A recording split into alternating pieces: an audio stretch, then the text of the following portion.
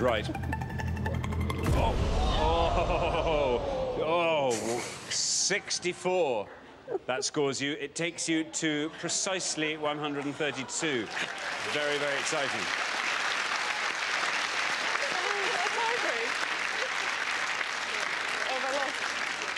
That means you are both joint high scorers. There is going to have to be a tie break. Richard.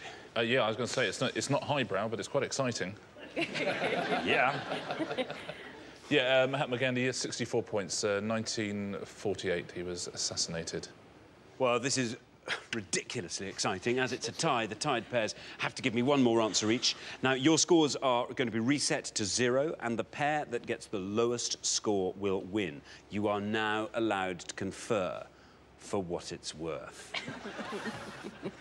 Remember, we're looking for the modern-day country in which these events took place. OK, now, Stephanie and Pamela, you are going to go first.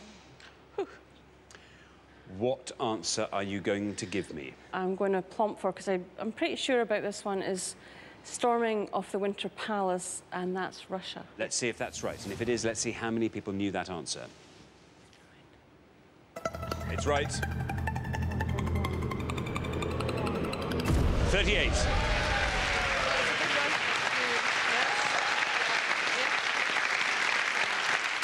OK, 38 for you, Stephanie and Pamela. Now then, Jake and Barney. 38 is the score you must be lower than. OK. OK, here we go. Are you ready for this? Yes. We're going to go for the 100 Flowers campaign, which, of course, was in the Netherlands. Netherlands. OK, well, let's see if that is a correct answer. And if it is, let's see how many people said it. The score you have to get lower than is 38. 37 or less will see you through to the head-to-head, but it has to be correct. The Netherlands.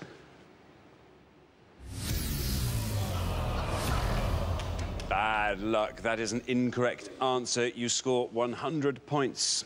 So, Stephanie and Pamela, you are through to the head-to-head. Richard. That sound you can hear is just a nation of history teachers sighing. Let's take a look. Watergate, obviously everyone avoided, and it is a big score. So United States, and there's the high score on the board of 66. The bombing of Guernica is, of course, Spain. The Germans bombed it and inspired Picasso's famous painting. And the 100 Flowers campaign, do you know, it's not the Netherlands. I'll give you that as a clue. It's not Belgium either. It's China. It's China. 1956, Mao Zedong's attempt to get people to tell them what they thought about communism. Very well done if you got that. It's the best answer on the board. OK, thanks very much, Richard. So at the end of round 2, the losing pair with the highest score, I'm afraid it's Jake and Barney. Well, you did it. You made it through to round 2, which was good. Better than last time. Better than last time. Well, alas, no trophy. But thank you very much for playing. You've been great contestants. Thanks very much. But for the remaining 2 pairs, things are going to get even more exciting now as we enter the head-to-head.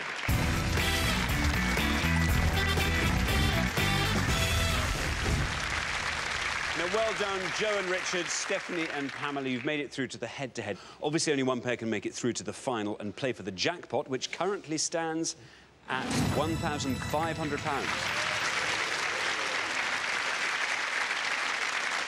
Now, you're going to go head-to-head on the best of 3 questions. For each question, each pair needs to give me just one answer.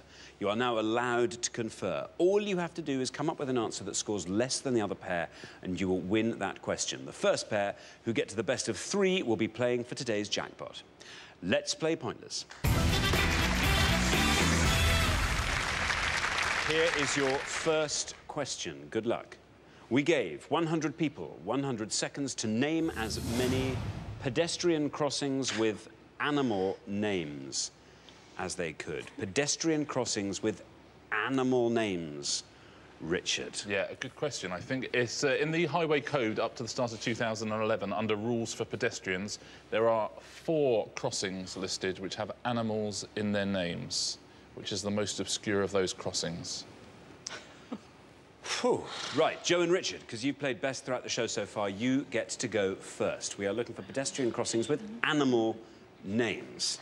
Yeah, go for that one. Yeah. We're going to go for Pelican Crossing. You're going to go for Pelican. OK. Stephanie and Pamela. We're going to have to go for zebra. Or Yeah. zebra. Zebra, zebra. Tomato, tomato. Potato, potato. I will call the whole thing off, actually. Yeah, please do. OK, so we have pelican, we have zebra. In the order they were given, Joe and Richard went for pelican. Let's see if that's right, and if it is, let's see how many people said it. Pelican crossing. That's right. Oh. Got a high score there. 91 for pelican crossing. Zebra crossing. Let's see if that's right, and if it is, let's see how many people said zebra crossing. 94. So, after the first question, it is 1-0 to Joe and Richard.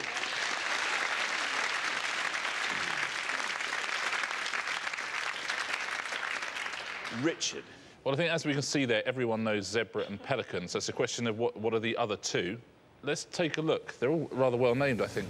Puffin crossing, which is, it's like a pelican crossing, but if you press the light and walk across before it goes red, it will cancel it. So it's pedestrian, user-friendly, intelligent crossing. Toucan crossing, which is, again, like a pelican crossing, but one that bikes can use as well, so toucan.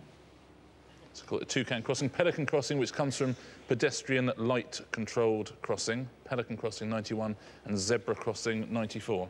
So toucan crossing and puffin crossing.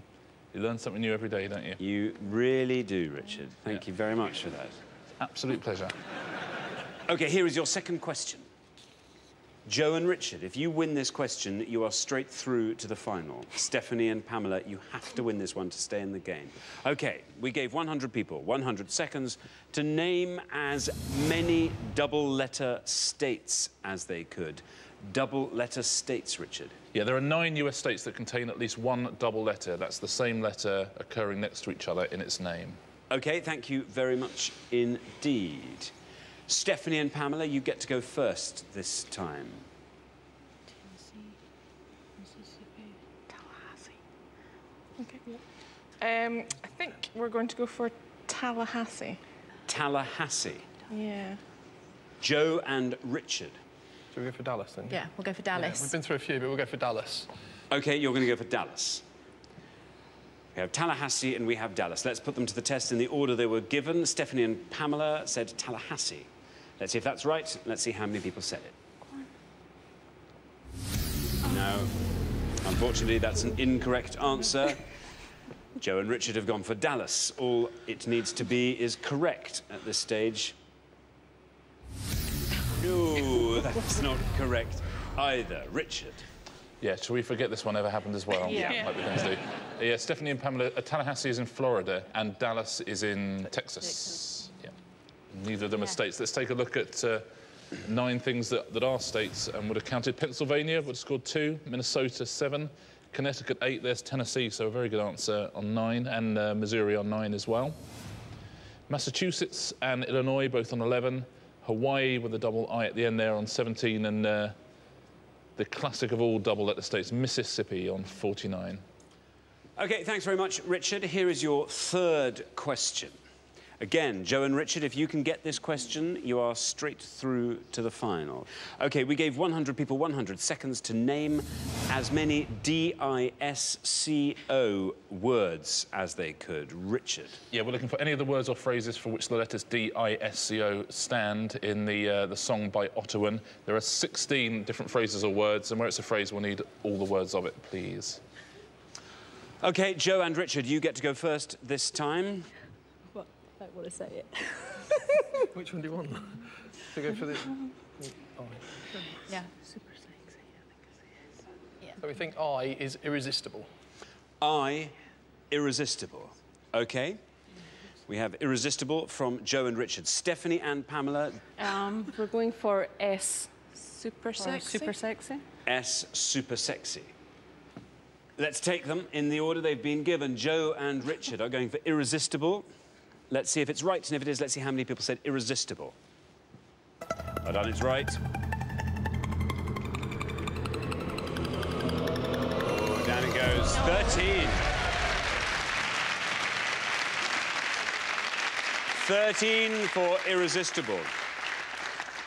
Stephanie and Pamela have gone for super sexy. Let's see if that's right, and if it is, let's see how many people said it. Super sexy.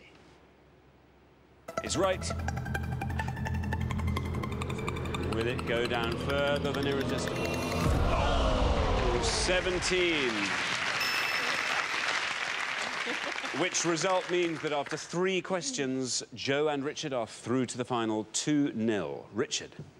Yeah, they were actually the top 2 answers, the 2 most popular answers. There were a couple of S's, though, that were pointless.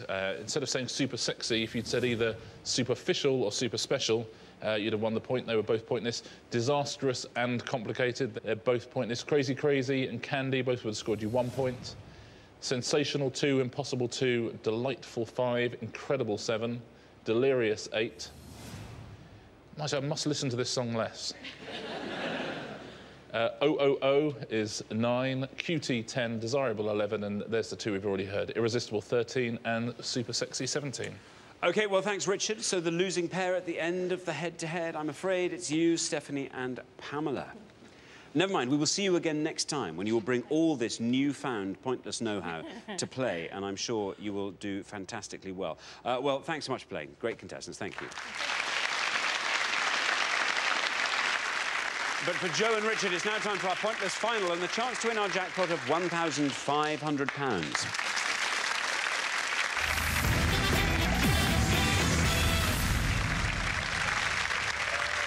So congratulations, Joe and Richard. You've seen off all the competition and you have won our coveted pointless trophy. Very, very well done.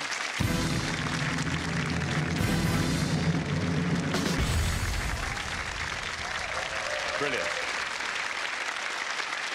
You now have a chance to win our pointless jackpot. At the end of today's show, the jackpot stands at £1,500. Now, the rules are very simple. To win that money, all you have to do is find a pointless answer. That's an answer that none of our 100 people gave.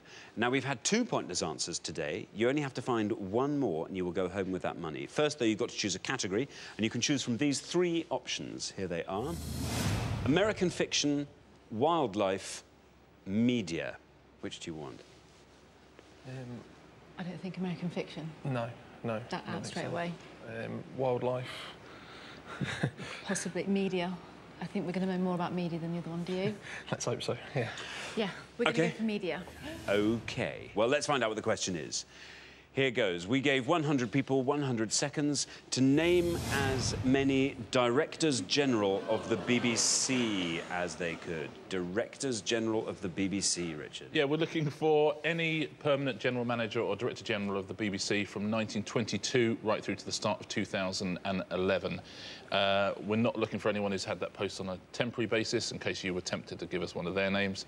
Any permanent General Manager or Director General, as it's now known, of the BBC. I wish you all the luck in the world. OK. You now have up to 1 minute to come up with 3 answers, and all you need to win that £1,500 is for just one of those answers to be pointless. Your 60 seconds start now. I've got no idea. Right. Right, that's a good basis then. So, oh, blimey, Director Generals of the BBC. So it's kind of current affairs, isn't it? But